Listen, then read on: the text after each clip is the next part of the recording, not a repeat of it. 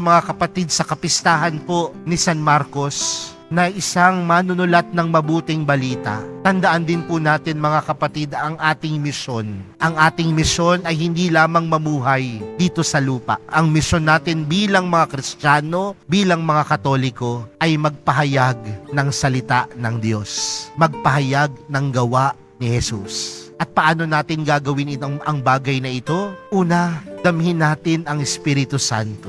Dahil ang Espiritu Santo ang magbibigay sa atin ng lakas. At kung ang Espiritu Santo ang nagbibigay sa atin ng lakas, alam natin na hindi tayo pababayaan ni Jesus kung nandoon lamang ang ating pagtitiwala sa Kanya.